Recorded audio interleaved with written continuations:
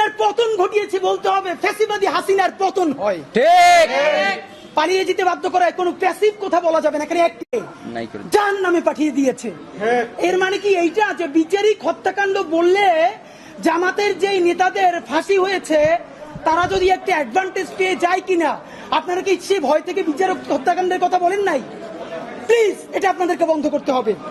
এবার বন্ধুরা, ঘোষণাপত্রের ফিডব্যাকের পরে অত্যন্ত গুরুত্বপূর্ণ কথা আপনাদের সাথে জুলাই সনদ নিয়ে। আমরা প্রত্যাশা করছি আগামী কয়েকদিনের মধ্যে জুলাই সনদ স্বাক্ষরিত হবে।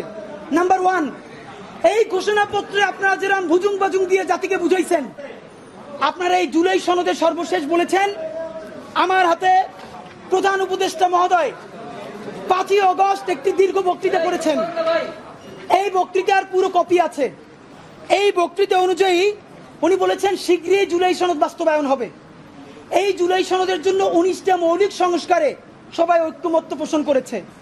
এরপরে যে কথাটা আর বলা হয় না, এই 19টা ঐক্যমত্যের মধ্যে বিএনপি বলেছে তার মধ্যে 10টাই তারা নোট অফ ডিসেন্ট দিয়েছে। তো নোট অফ ডিসেন্ট কি? নোট অফ ডিসেন্ট হলো আপাত দৃষ্টিতে আমি এটা মাইনে নিলাম, কিন্তু আমি আসলে এইটার সাথে একমত না।